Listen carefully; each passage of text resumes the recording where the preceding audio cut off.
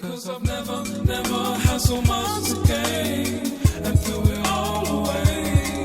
And if I ever had the chance again, I'll probably do the same. Singing, oh, I won't let you down. Singing, oh.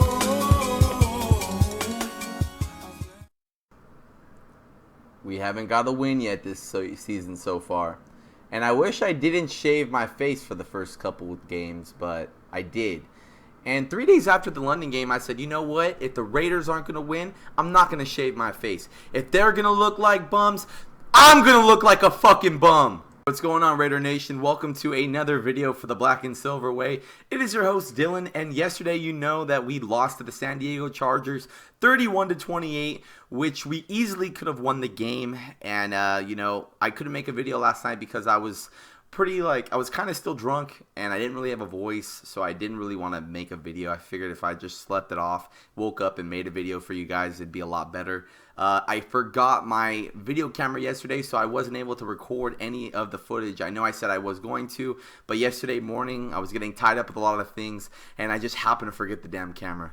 Yesterday at the tailgate, it was still a lot of fun, guys. I took a picture of the lot I was in and the sign. I was in B8 yesterday in B lot, and a lot of you guys came over and found me. I posted a picture on Instagram about it. If you guys want to meet me, follow me on Instagram because that's pretty much my go-to social network, especially for this channel. Every time I'm posting a video, anytime, anything, I'm anywhere or doing some kind of things, it's always going to be on Instagram. So definitely make sure to follow me on Instagram. The Black and Silver Way. All one word, real simple, just like the channel. And yesterday on Twitter in the morning when we were all tailgating, I read that on ESPN and Twitter they were all saying that the Chargers, who were going early to the O.co to do some pregame warm-ups, Raider fans started egging their bus while they were getting off the bus or approaching the Coliseum in their bus.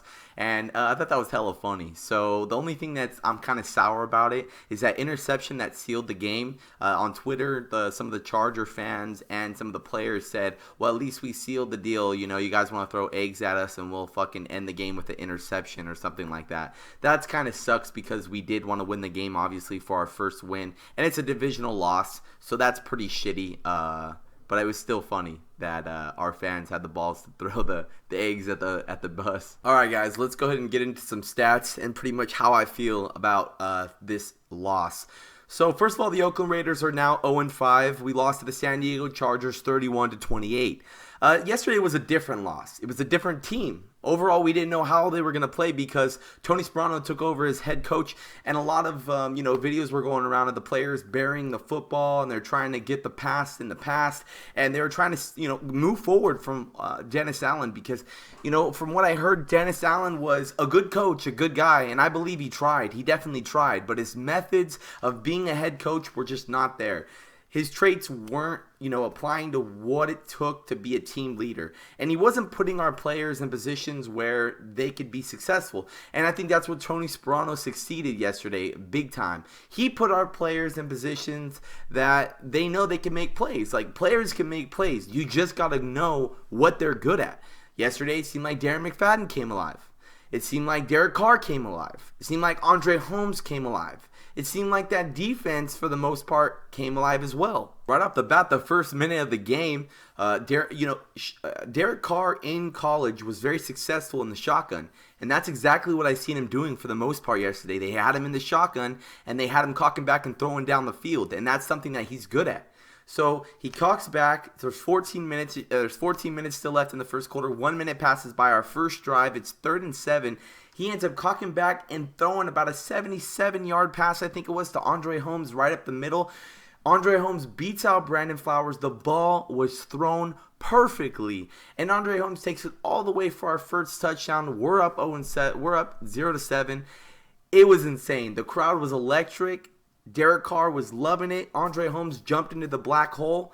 It was a lot of fun.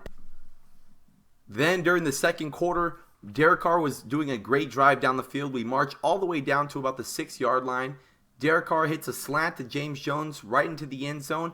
We score again, 14-7. The Chargers, after our first touchdown, scored, I think, with like a 26-yard pass. Phillip Rivers was in the shotgun. Let's face it. They have arguably the best offense in the NFL right now. And we were holding them down to a touchdown a quarter.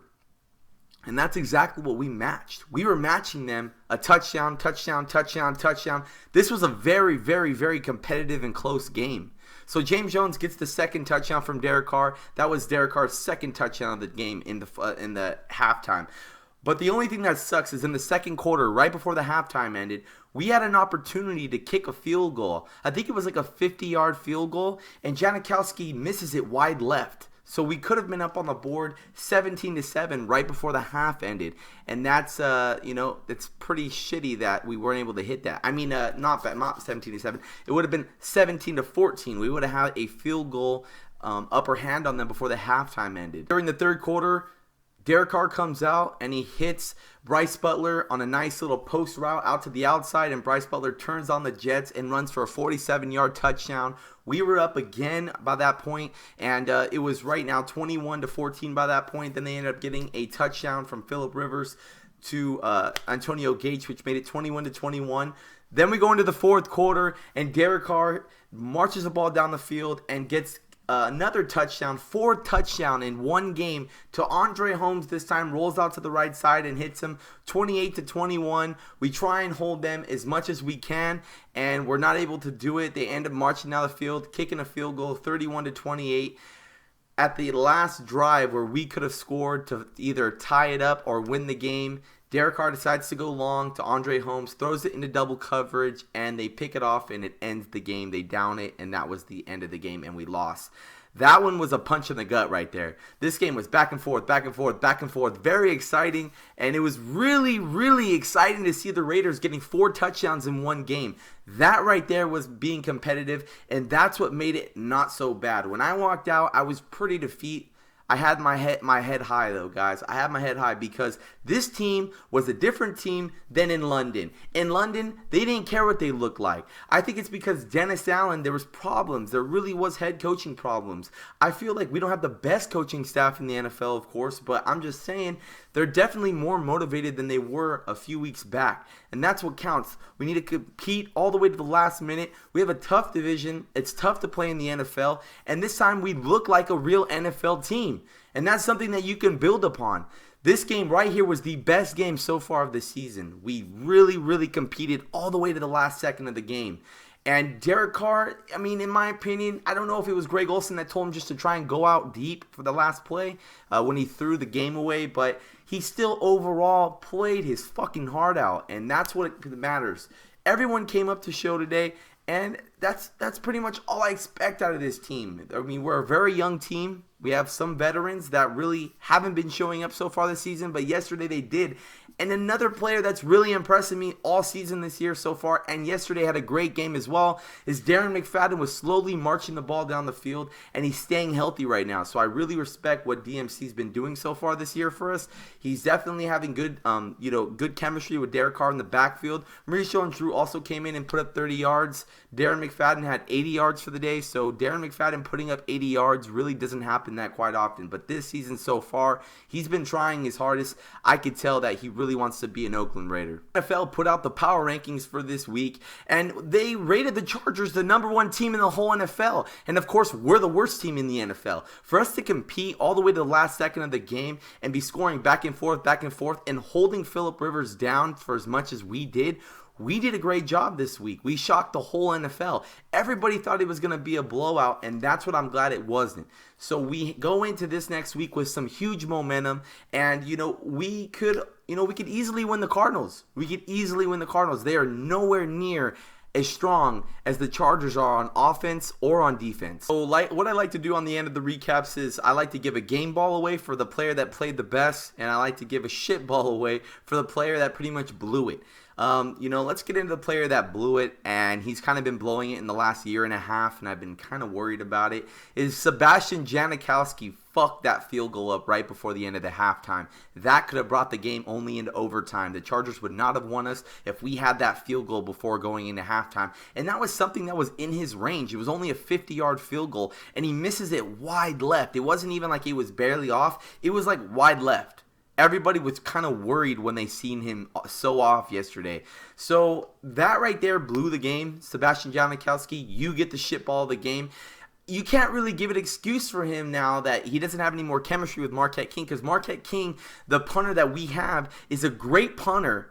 And he's a very smart kid, and he's just very eager to learn all the time. So I think Sebastian Janikowski isn't putting in the extra work right now for us. And that's what I need him to do, because now that Shane Lechler's gone, he can't always pin it on like, oh, it's just the chemistry, or oh, he doesn't hold the ball right. I think that's just bullshit. I think he's being lazy. You need to step it up. You just signed a 5-year deal with us on this offseason. You're going to be with us till 2020. I don't want to be seeing you kick like shit till 2020. So shape the fuck up, Sebastian Janikowski, because I'm tired of seeing you miss these chip shots. And the game ball, of course, for me, it was kind of hard because a lot of good plays were made on offense, but you really can't have any of those plays or any of the touchdowns that we had besides Derek Carr. Derek Carr put the ball where he needed to go, except at the end, but he got 4 touchdowns today. He kept his head in the game. He was very competitive all the way to the end, and he was making some incredible long passes. So Derek Carr, for the rookie out of this class right now in the NFL, he's the best rookie so far out of the NFL quarterbacking class that we just went through with the draft. He's shit on Teddy Bridgewater. He's shit on Blake Bortles. Everyone's put to shame. Derek Carr's playing like a veteran. Fuck all you guys that do not think the same. Yeah, man, like, I'm just thinking right now, it's like we played so good yesterday in the highlights. If you look back on the highlights and everything, we were clicking all around, and we had some incredible plays. I thought we were going to walk away with our first win. The crowd was electric, guys. It was so much fun to be at that game yesterday. Even though we lost, I mean, it sucks, but I wanted to sneak away with a win. We were so freaking close. It came down all the way to the last minute of the game. We had a chance to end it, but we just couldn't get it done. I have a good feeling we're going to be back at home. They don't have to travel this week. They could focus on staying there and focus on building what they were doing during the Charger game. They're going to be throwing the ball down the field. You got to watch out because the Arizona Cardinals do have a great defense and they have good cornerbacks. So, like I said, I'll be at this next game on Sunday, and I'm going to try and bring my camera as much as I can. I always seem to forget it, or I just get too drunk already. I'm going to try and hold back this time.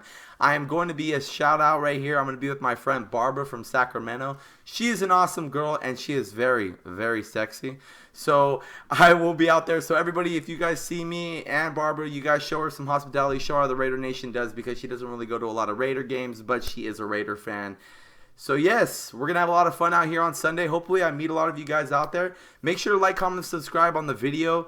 We go 0-5, something that I didn't want to do, of course, and all the Raider Nation's dying for a win.